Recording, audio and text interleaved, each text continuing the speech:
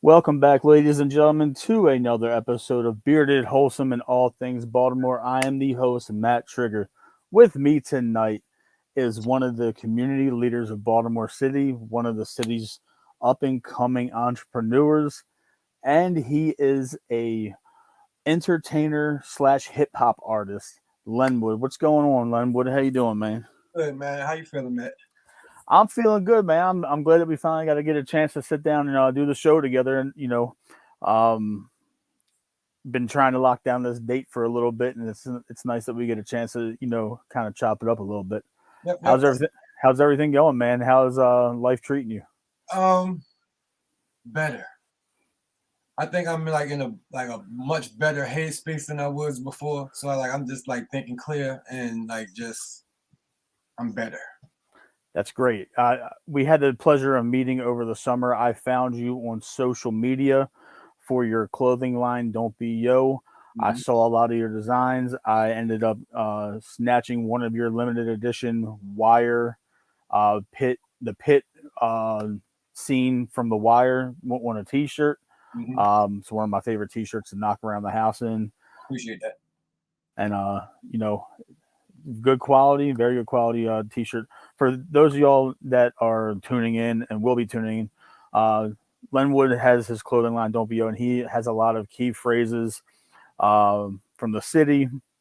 He puts his own twist on and his own design on a lot of different apparel. He has things that kind of not I don't want to say mimic, but they have a similarity to fraternity clothing Mhm. with his logos. How did I know that you recently got into that? How did that idea come about with the clothing and the designing? Um, well, the clothing came through merchandising from when I was doing music. Like I first started the truth movement back in like 2011, I want to say, and it was right after I was real big on polo, and Mm-hmm. like I had a party, and I like sold out like all the malls in polo.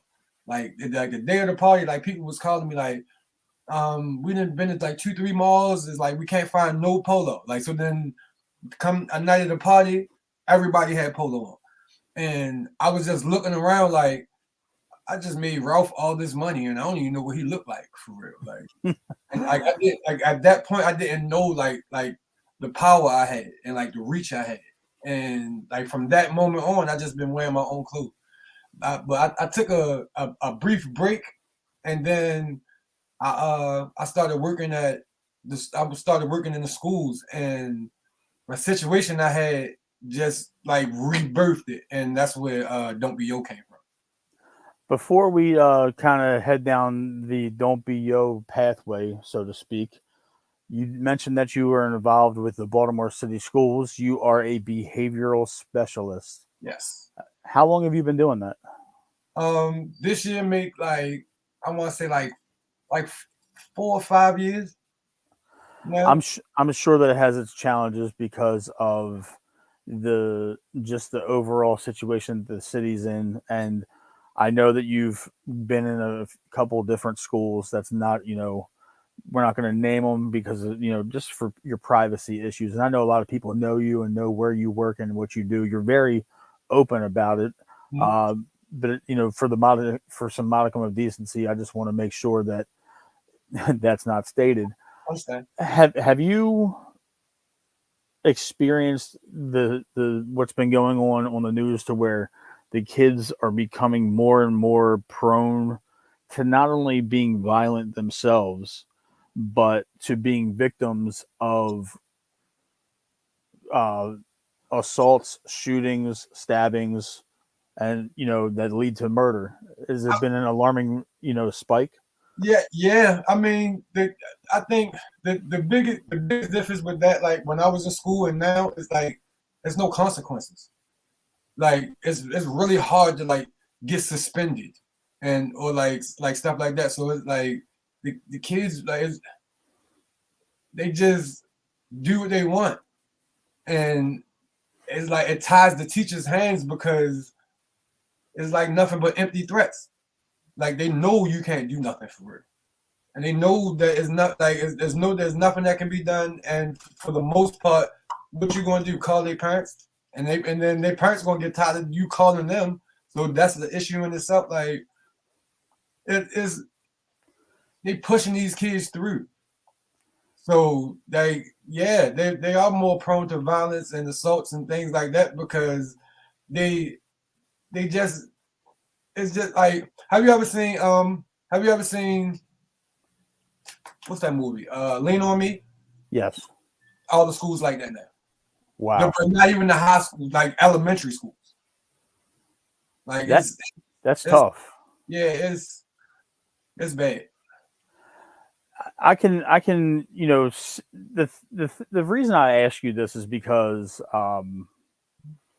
there's a direct correlation to the job that you do every day and the job that I do every day.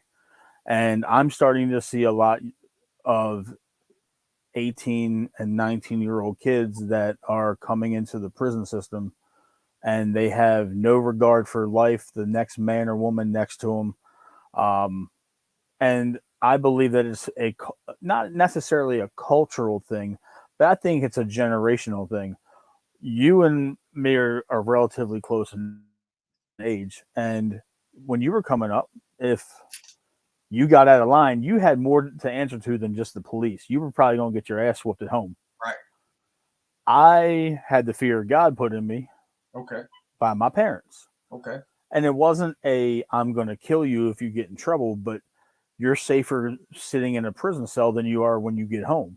Yeah. So I had, I'm not saying that my parents were abusive by any means because that's not what I'm saying, but I totally think. But the thing is, we had that fear factor when we were being brought up. Now, I know that it's apples and oranges where we grew up. I grew up over here in northern Baltimore and Hamden. You grew up in West Baltimore. And through my years of running around and through my years of being a CO, I know that the trenches are over there and I know it's not easy living. So it's completely different in terms of how we were raised. So that's not what that's, tit for tat kind of stuff. I see that they are not only misguided, but they have never had consequences given to them in their life.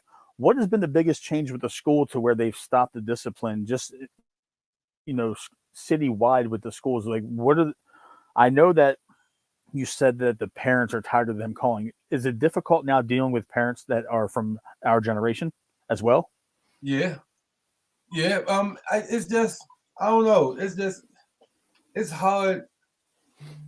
It's when, all right, when we was kids coming up, like we had our parents, but like our defiant to our parents was like the music. So like the music then and the music now is totally different. So that no regard for life that you see and all that, they learning that from the music. So it's like is like so when the parents, like a lot of these parents don't want to be parents.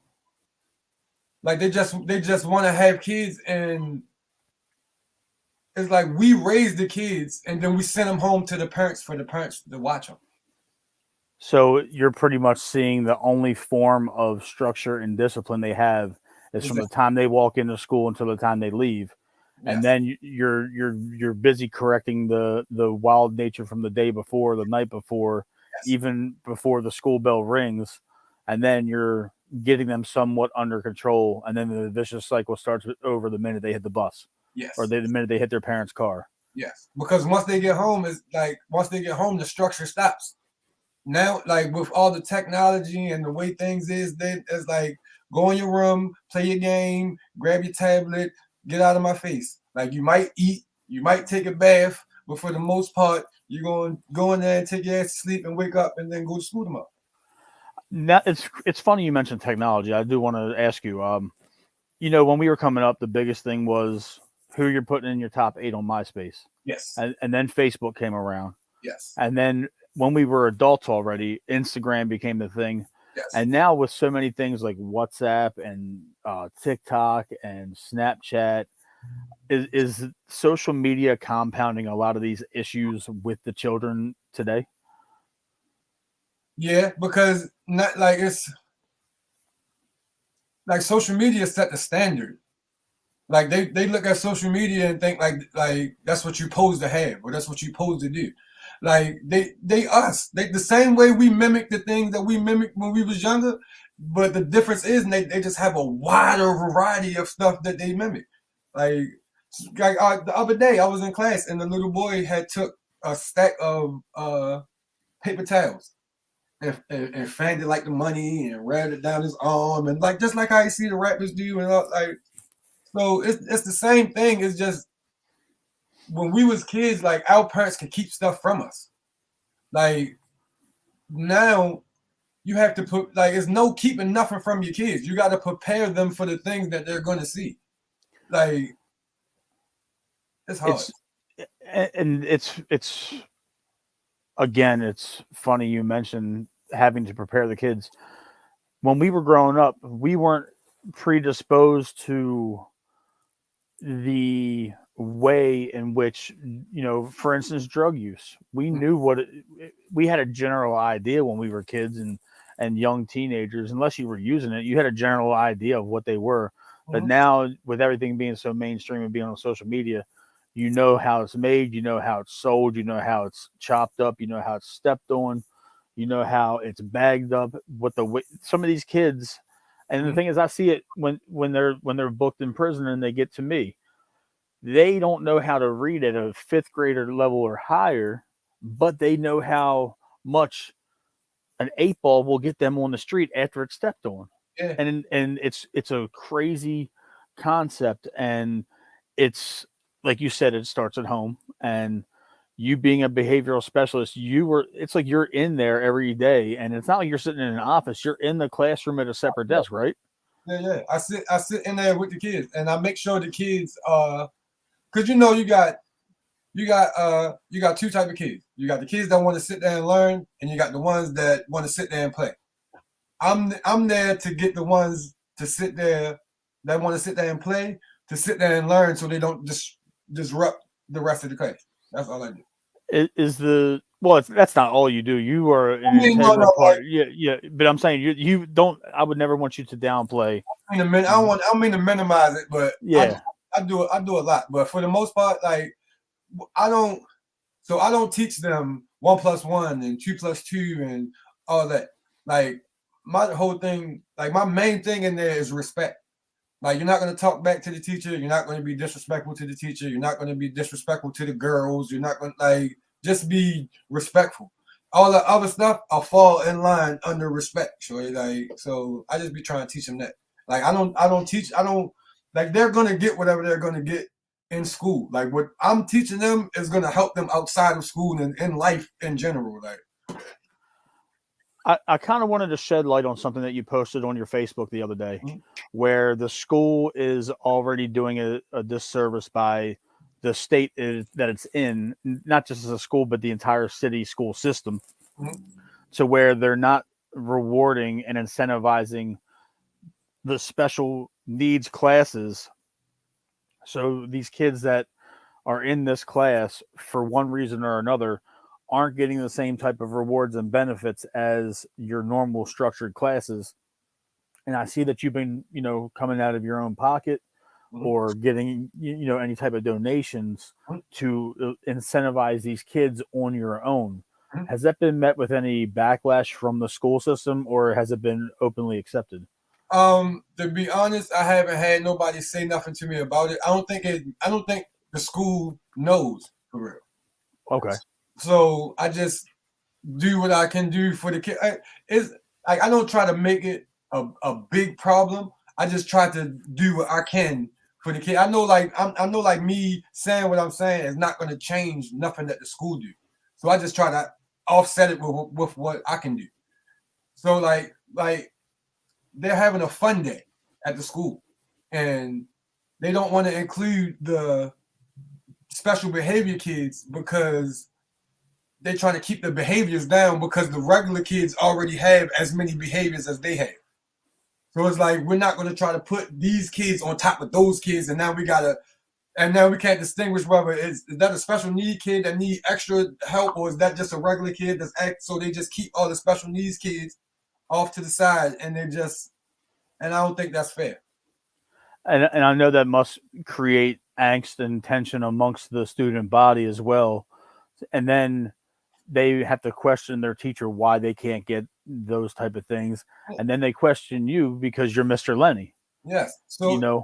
So then you got to worry about the administration catching wind of the disgruntled kids through openly disgruntled parents, and to kind of circle back around to what I was saying earlier, the parents now are our generation, and our generation doesn't go for the same amount of bullshit that our parents went for. They had a more diplomatic approach to dealing with our problems, where diplomacy has left millennials and they are very confrontational and hostile.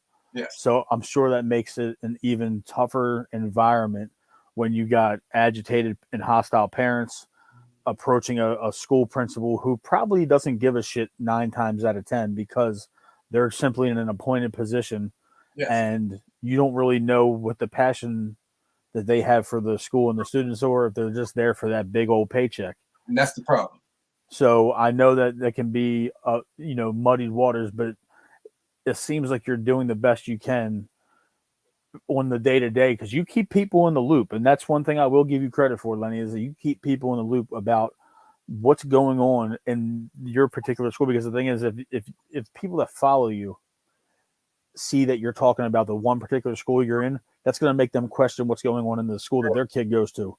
So it's bringing awareness by proxy, and there might be collateral damage down the line, because now they're hip to what you're saying might be going on in their kid's school, and then they're going to start questioning that principal, and before you know it, downtown's going to know, and it becomes, and the thing is, they don't fix the problem.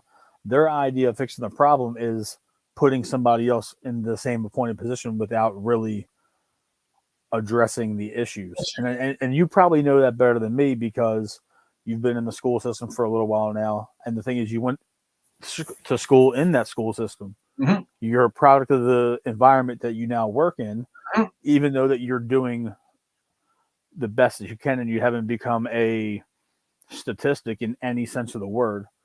So it's definitely a dicey situation, and I respect the fact that you're not afraid to openly and transparently, put that situation in the light, because nobody would know that the special education kids aren't getting the proper acknowledgement, or at least something similar along those parallel lines to what the normal kids are getting, because that can create a situation where if they're on the schoolyard, if they're at the same rec center, you know how these kids are now. They're very confrontational. They're very aggressive.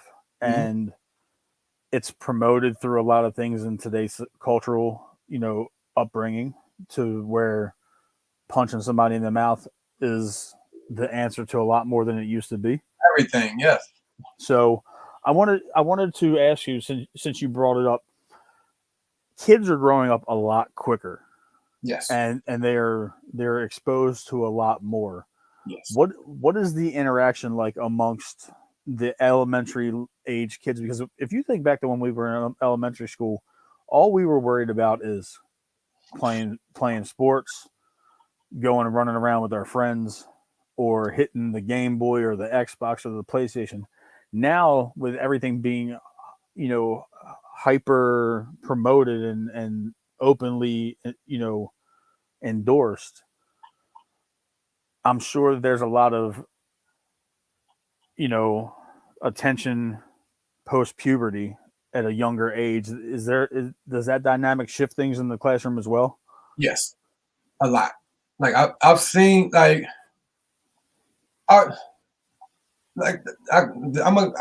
will say this over and over and over. Yo. Our kids are us. They just us in a different time. So the same things we used to do when we was kids, We used to mimic our parents and mimic what we see, and they doing the same thing. But like you said, they're exposed to way more. I had a second grader. I had a second grader steal another second grader's phone, right? Because I really get that she didn't come from a home that could provide iPhones and things of that nature. So she stole a little girl phone. Long story short, when they get the phone back, the little girl she was taking pictures of herself in the phone. Oh man, But it's second grade. yes, like pictures that should not be like of her in the school, in the bathroom, and like it was horrible. But I can't blame her. I can only blame what she's been exposed to. Where did she see that at? Like she's seen that somewhere. She didn't just grab a phone and throw it like, oh, I'm gonna take pictures of myself and like what is like to her, like that's normal. Like that's what you do with a phone. You get the phone and you do this with it.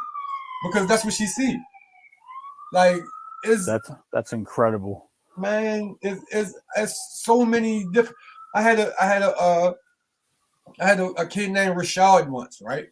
He mind you, I can tell that he hangs outside with the older guys. Mm-hmm. He can't read worth a lick, but he's great at math. So the teacher was asking him one day, she was like, Rashad, what's 10 times 11? So Rashad said 110. So she said yes. She was like, well, she should have stopped there, but she didn't. She kept going. She said, well, how did you get that answer? Rashad said, if I got 11 Reddies and I sell them for $10 a piece, I'm going to have $110. She said, she said, Mr. Lennie King. I was like, Mr. Lennie, what? I said, for one, he right. You told him he was right. Like, what you want me to say? Like these kids down here, they from Cherry Hill. Like I'm from Park Heights. It ain't the same place, but I'm pretty sure the same thing going on. And I'm sure you can get off 11 Reddies for $110. And that's absolutely astounding. That it's product environment is what we all are living off down here. You know? Like I was lucky. That I had an aunt that cared about me. Like she cared about me enough to keep me in county schools. I'm from Park Heights, but I went to all county schools. Like my peoples was not that with that. When I got to high school, I wanted to go to high school up Northwestern with all my cousins and all that. No. Oh shit, they weren't going for it. I went to Randallstown and I went to Franklin for 9th grade, and then I graduated from Randallstown. But knowing what I know now, if I wouldn't have never graduated. I probably wouldn't have never made it to 18 if my aunt would have just let me do what I wanted to do. I've been trying to figure out a way to word this question properly without it being too crazy or too wordy. Is a lot of what you're seeing with the youth right now a product of the guys that they grow up around, whether they're guys or girls, and you and I both know when you get sentenced to prison and you do that bit and you come home, it's a badge of honor. You made it. Yeah. You get automatic street credit unless you're on papers. Yeah. For being a ret. Yeah. You have war stories. Even if you did nothing, you can still make them up, and people are going to take you at face value. Is there an idolization of that life for the that's being displayed in school that's altering the learning environment? All the little boys are NBA YoungBoy. Oh Jesus. Yeah. And King Von. And mind you, I just came from right now I'm in an 8th grade class. But I just came from working with a 2nd grade class for like a year and some change. The second, me personally, I believe 2nd grade is the best. Like if I could pick any grade to work with, I would pick 2nd grade. Because anything before 2nd grade is like daycare. And anything after 2nd grade is you trying to reel them back. They already going to be whatever they're going to be. So 2nd grade is a good and yeah, they are like, yeah, it's cool to them. like jail and shooting and killing and all, like it's cool to them. And what I be trying to get them to understand is like, I'm the coolest person y'all know. You want to be honest? I'm the coolest person y'all. I go in there with my little gold teeth and my diamond chains on and all. Like I'm the coolest person y'all know. I rap. I sell music. I mean, I rap. I do music. I work in schools. I do a whole bunch. Our problem, like with our culture, 90% of our culture is based off illegal activity. Like Mexicans ain't like that. Uh, White people not like that. Chinese people like our base ground is all illegal shit. Chinese people make money off of the illegal activities of the culture. That they got every hood spot. Everybody else makes money off this, but Right. our base of our culture is illegal shit, yo. It's shit that's not even legal. So we already got one hand and one foot tied starting the race. Like you don't realize till you 35, 40 years old, like you've been playing the wrong game, shorty. And the thing is, because you're in your mid 30s, late 30s. I don't know how far apart we are in age. Um, For you, I'll do this. I just turned 40 on Friday. I wanted to tell you, I did send you a happy birthday. Okay, so you're a little older than me. I'll be 34 in about a month. I just Um, turned 40 on Friday. The good thing about it is I still look 32, so I'm good. yeah, you look young. Yeah, I'll give you that. You look young. Um, when you talk about culture, for my culture, making it to 40 is nothing. Right. Making it to 40, you're considered an OG by almost any aspect. Yes. I supposed to have been going at 25. Not even 25s. Right. If some people, When I- if some, when I- It was it now is 18, 16. Like when I was coming up, it was if you get to 25, you made it. right. You know what I mean? And like that's why when I was posting about my birthday and saying like I didn't really want to tell everybody how old I was, but it's like a badge of honor for me. Because I know so many people who ain't making this far. You're right. So many people who ain't making this far. And everything, like that's why when I first started, I said my mindset is just like I don't want to do I don't want to do like do react or respond to anything any way that I would have in my 30s. Like I'm just like I'm way past all that. I don't want to argue with nobody. I don't want to fuck. Like you got it, shorty. Whatever you call me with it, I'm a this, I'm a that. Yes, I am. I'm not even. I wanted to ask you a question when it comes. We're going to kind of get back to the classroom aspect. You said you've been dealing with second grade for over a year.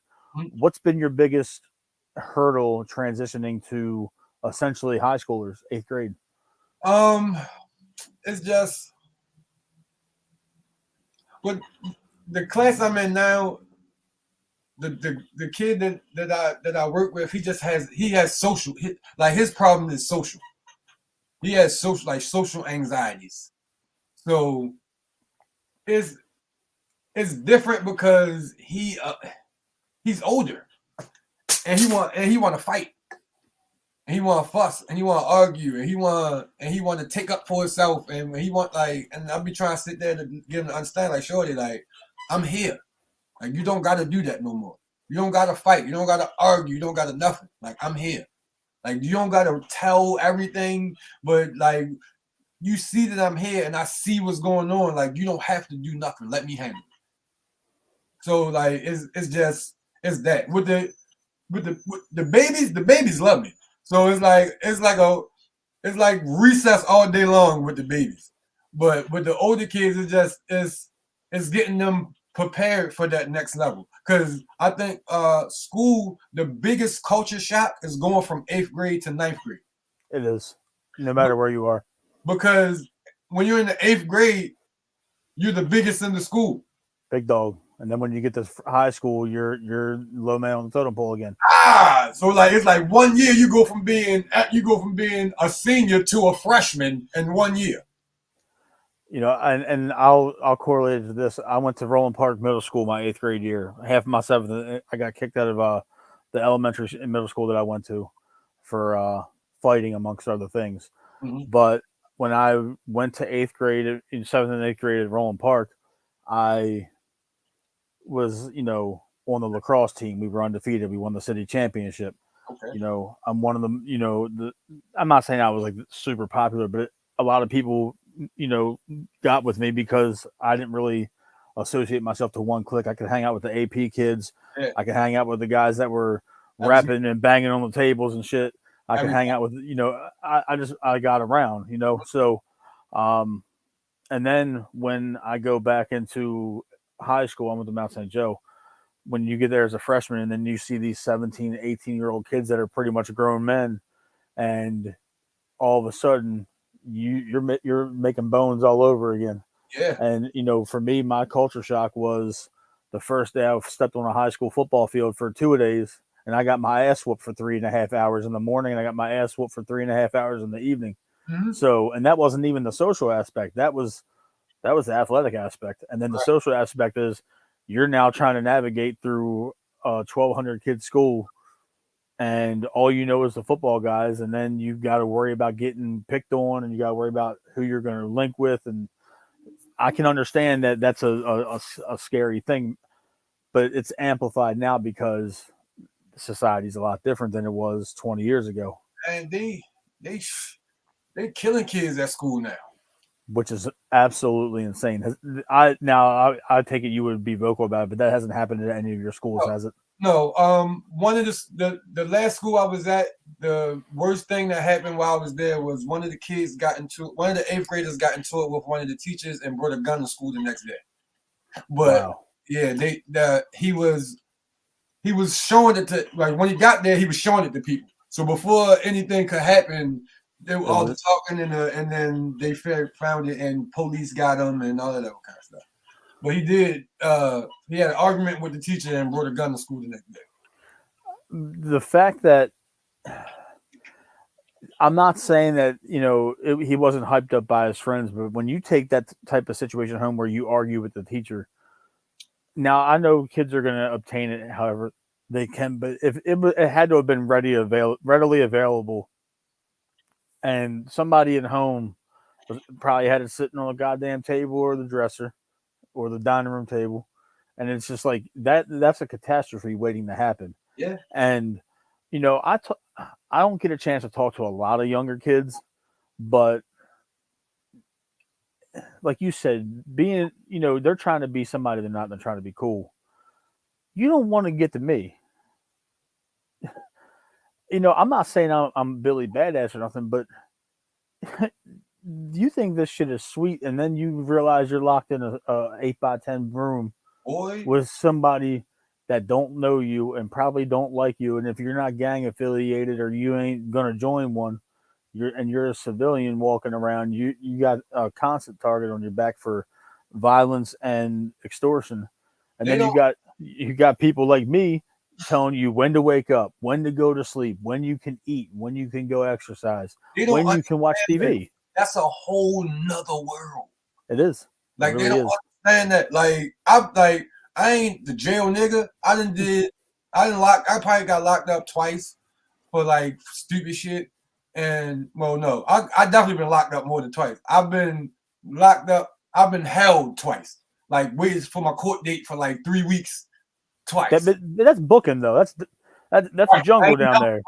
I ain't never did no time. I ain't never been on the over the. You know what I mean, I ain't never none of that shit. You know what I mean, but I know what I know, and like you said, that's just booking and shit like that. Once you get over there, it's something to hold. I ain't been over it. I ain't never.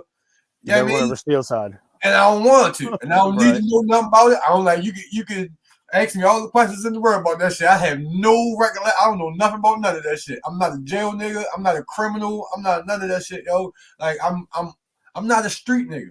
I'm a hood nigga. I grew up in the hood with the street niggas. Like, that's why when I got the Baltimore hip hop, I knew, like, ain't none of y'all. Like, I know street niggas. Ain't y'all niggas is regular niggas. Like, so now we can kind of transition, man. That was a perfect gateway there, Lenny. How's everything going with the music? I know that you've kind of been focusing on being a father. and being a mentor to these children, which is Yes. admirable work in itself. You have your clothing line. You're working with a couple different businesses and organizations to create clothing strictly for them.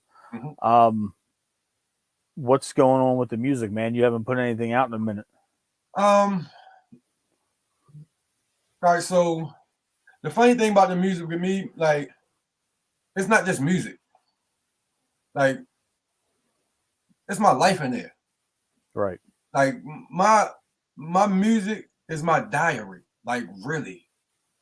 Like, so when I was going so hard with my music, like, if you know me, like, if you don't know me, you'll never get the real, like, all the round aspect of my music. You'll just hear me like, oh, all right, that's cool. But if you know me, or if I sit down with you and you can, like, that is my life, yo. And for years, I put so much into it, trying to get people to like, I'm too good at what I do, like metaphors and all that other kind of stuff. Like, that's what I do. So I'm crying out in these songs, and nobody's hearing me. So people like, oh, I like this song and I like that. Oh, yo, this was hard. And like, you wanted this and you that. Like, they praising me for my pain for real. And nobody never really seen what it was. Like, that shit really, really, really personal to me. Like, it was really personal to me.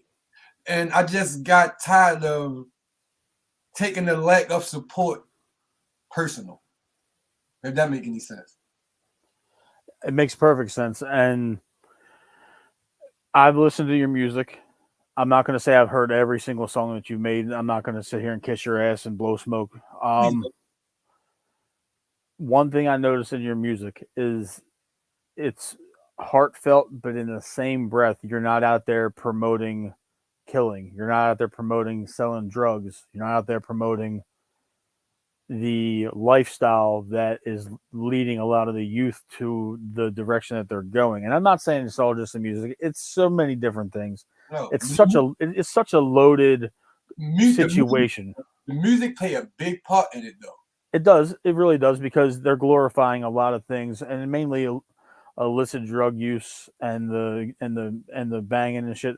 And the thing is, it promotes it, and then they keep me employed.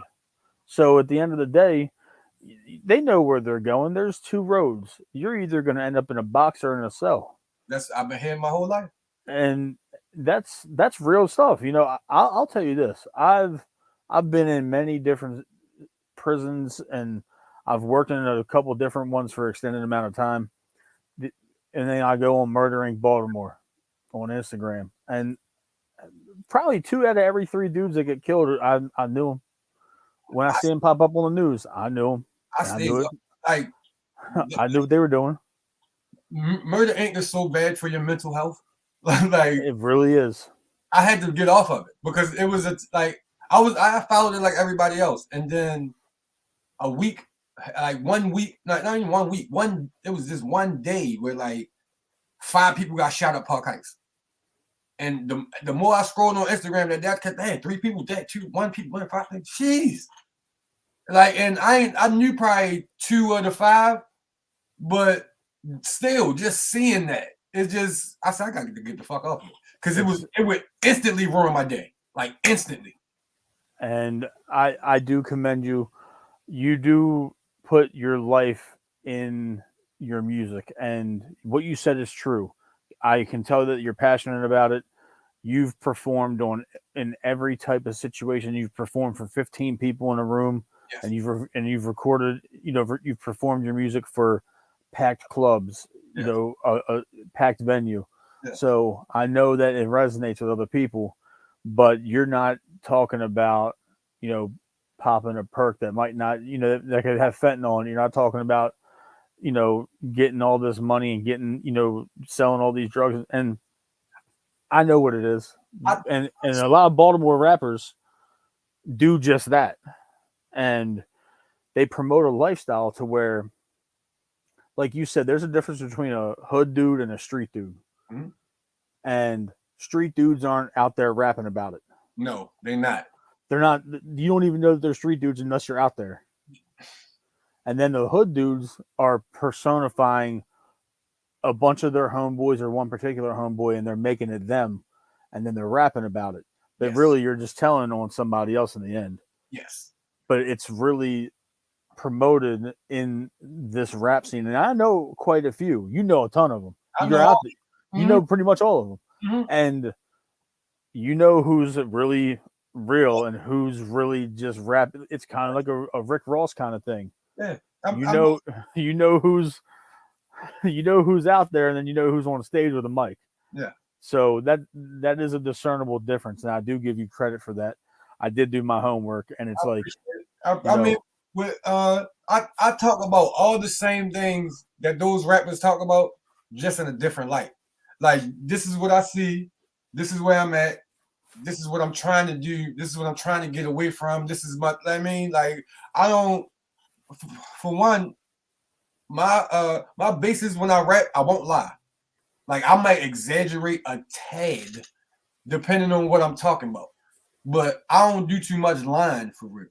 I just try to stick to like just factual stuff.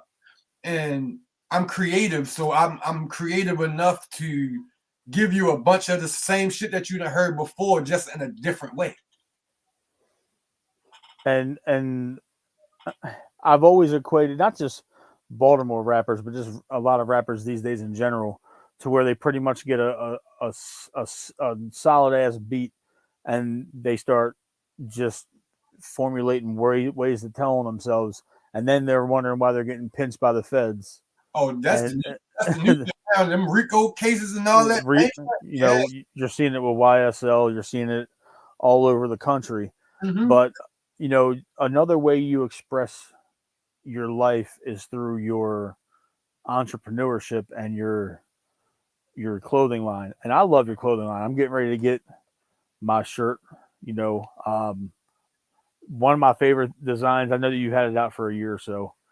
Baltimore, not DMV, and that is something that is always a hot topic, especially in the environment that I'm in. Yes. We're explain to the viewers and the listeners what you mean by Baltimore, not DMV. I know it's self-explanatory to a lot of people, but there's some people that won't get it. I mean, because Baltimore is not a part of the so-called DMV. Like, the DMV was, well, I don't want to say was because I don't know, because we ain't part of it. So from what I know of the DMV, it's DC, and they grabbed the bottom of Maryland and they grabbed the top of Virginia, and they call it the DMV. So it's Mo County, PG County, Charles County, and DC. It's the DC metro area. So wherever you catch the bus at in DC, that's the DMV. And that's a very big thing amongst us. When outsiders link us to the DMV, we're like, Because they link us to the DMV because they link us to Maryland, and what they need to understand is Baltimore and Maryland is two different places. And when you put that on your t-shirts and your hoodies, I was like, oh, so he's really tapping into something that is culturally. It's always going to be culturally relevant.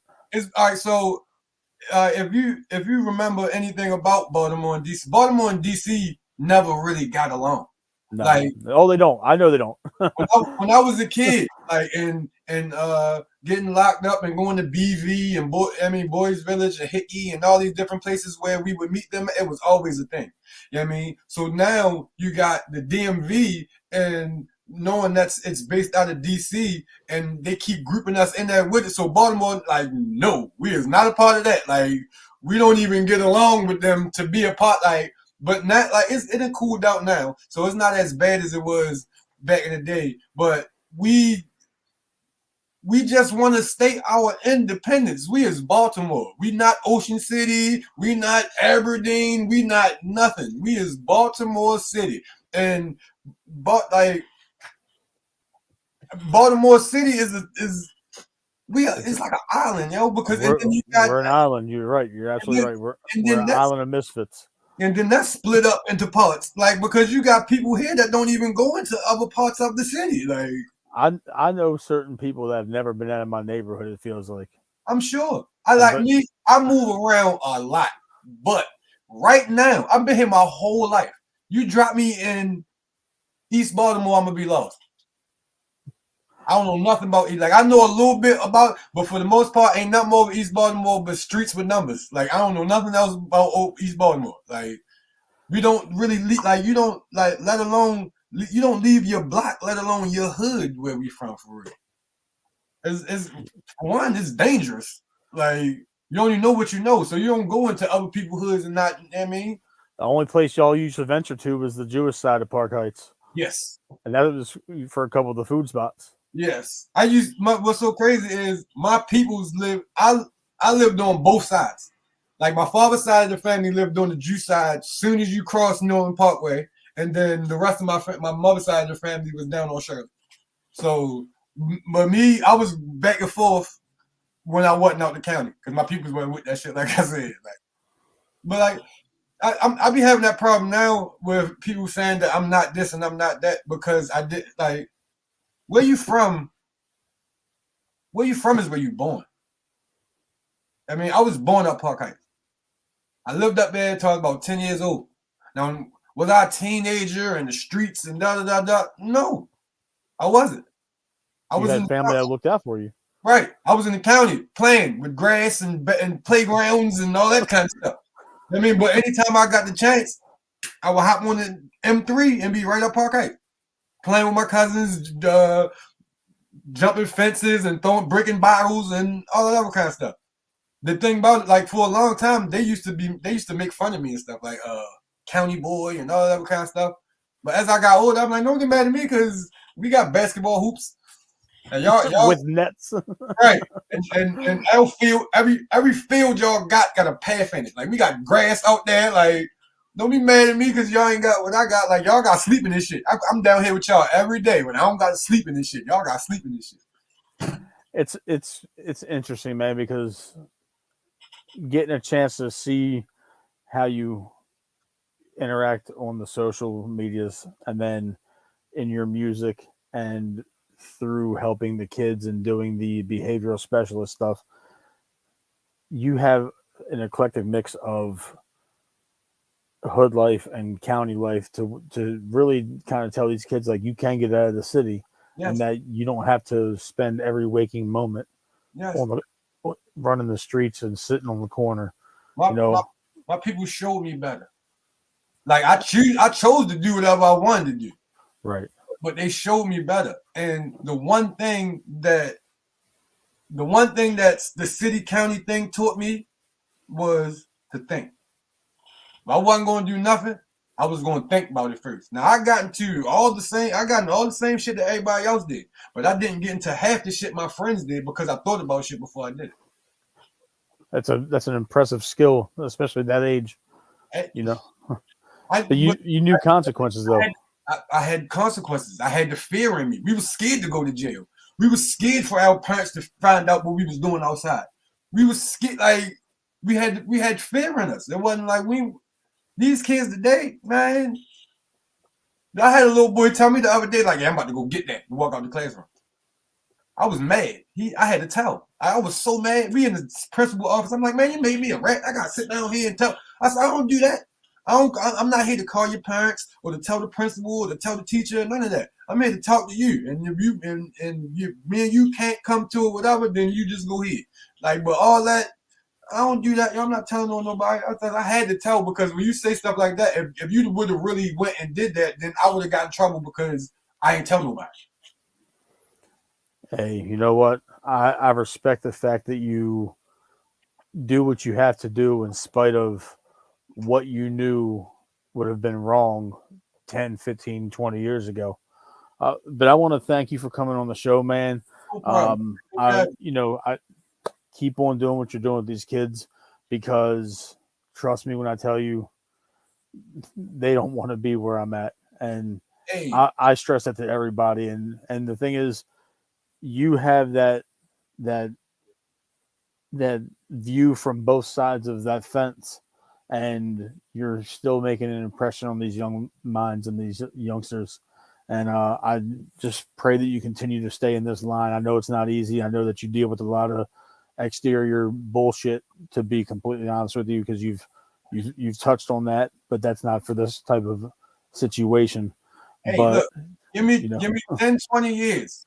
Give me 10, 20 years, I'm gonna be the mayor of this motherfucker or something. I'm trying to tell you. Like, well, if you need armed security, you got that. my contract's up in 7 years. Look, you got that. If I'm gonna be rich and famous and all that. And I'm gonna need security and all that. It's probably take me about 7, 10, 15 years to get there. So if I'm going, you going. So don't worry about it. I'll lock in with you, man. But I wish you continued success on the clothing line. I appreciate you. I can't wait for the new music. I know that you're going to be releasing some soon. SOL. And when you release it, right around release time, I'll have you back on to promote it. Gotcha. But hang around for post show for about a few minutes, and let everybody know where they can find you, man, on social media. Right now I got I'm Lennie Walker on Facebook. Lennie Walker on Facebook. Instagram is Mister Ayeemr, and I think I got @Don'tBeYo on Instagram, and my Twitter is @Don'tBeYo too, if I ain't mistaken. Yeah, it is. Yeah, I'm trying to make everything @Don'tBeYo just because That's your brand. Yeah, I'm trying to get that underway. Thanks again, man. I appreciate you coming on, and take care of yourself, brother. I appreciate you having me. This ain't the last time you'll see me sing, and I see you in a little bit about them shirts.